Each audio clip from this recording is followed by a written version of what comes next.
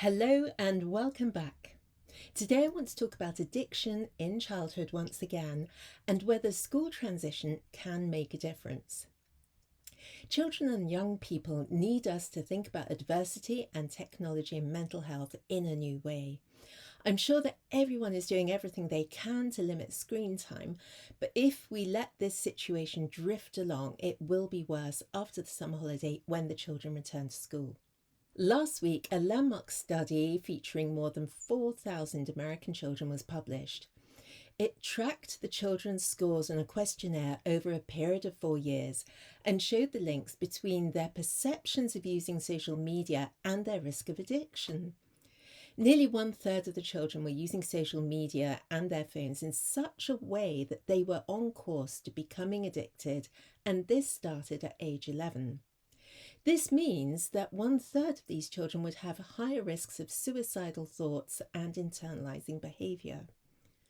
Now, for children on a path to higher risk of addiction through video games, the likelihood of developing suicidal thoughts and problems with mental health was even higher.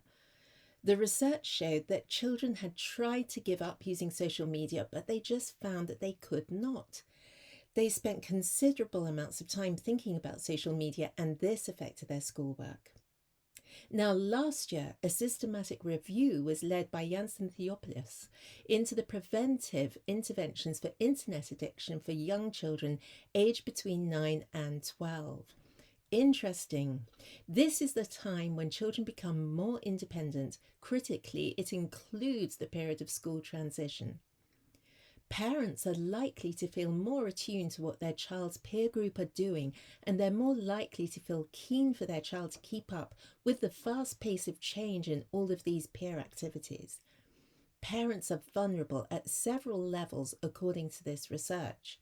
For example, the parents may be inconsistent, they may be incapable of implementing limits or devising a strategy. They may even be outsmarted by their internet savvy children. And interestingly, the research found that they may be using screen time to reward or punish their children. In my opinion, this is very risky because it sets up a situation where the child is craving the reward of the screen time. And what does that remind us of? The value system of reward versus threat is the oldest learning structure in our brain. I read last week that even bacteria learn through this system of reward versus threat. The signal is so simple and it's very immediate because it programs us for our basic survival. Findings from another study by Karen Smith and Seth Polak into early life stress and perceived isolation looked at 72 children aged 8 to 9 years and the way that they use value information to guide their behaviour. They examined how exposure to stressful events and perceived isolation, i.e., isolation from the child's point of view, affected the children's ability to learn value signals and to use that information effectively. Children who had been exposed to highly stressful events and also perceived that they'd experienced isolation were worse at using value information to their advantage. These data suggested alterations in how value information was used. So rather than learning, this might actually be a mechanism that linked early experiences to later behaviours as a form of adaptation. The authors described hypersensitivity to perceived threats as a kind of attentional bias, if you will. These children were less able to make use of the values that would be beneficial to them and socially rewarding. These children were less able to learn about the rewards themselves. And the authors said that loneliness, anxiety, depression, and impulsive behaviours and aggression may well stem from this attentional bias. For me, the very important point is that these children are at risk of really struggling both emotionally and mentally. They cannot access their decision making and their attention is biased towards perceived threats. Attention is either rhythmic or fixated. So when it's rhythmic, it is actually future oriented, and this is how we're able to actually anticipate what's coming up next in our reading, for example.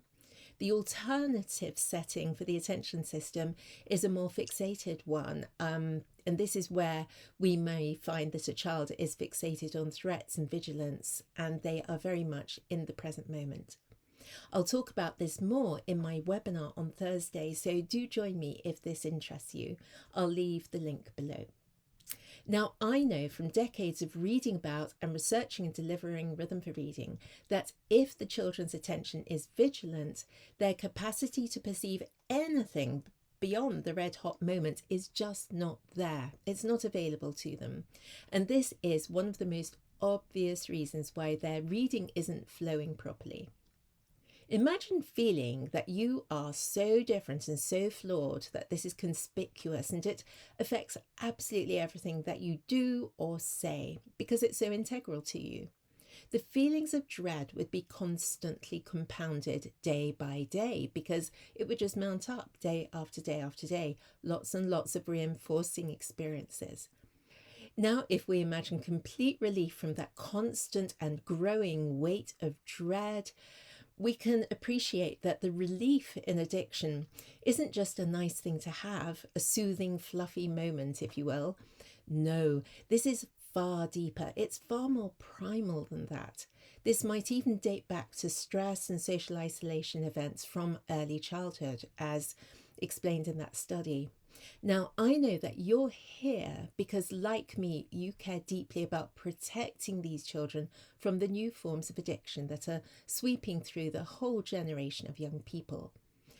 Although the research is only just really starting to come through, these findings are already very old, and the technology has become much more sophisticated since these data were collected and definitely since the studies were first designed.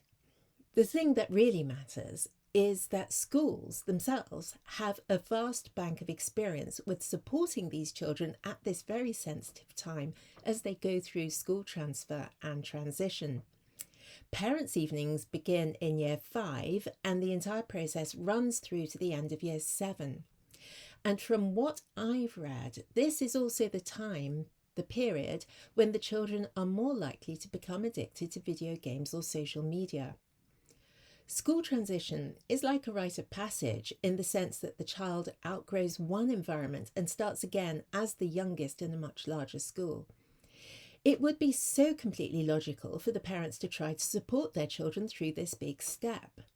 The parents might want their child to keep up their friendships from primary school as well as making new friends in secondary school, and friendships associate with a smooth experience in school transition.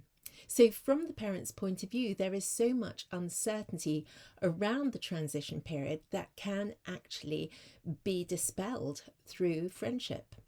So if the latest apps on the latest phones are the social currency and can offer an easy win in terms of mitigating all of that parental unease, then this might be one of the main reasons why parents cave in, even though they know about the risk of addiction.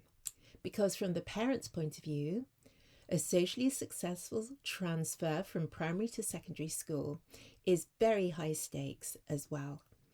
I hope that you've enjoyed listening to this. Thank you so much for joining me, and I'll see you next time. Bye for now.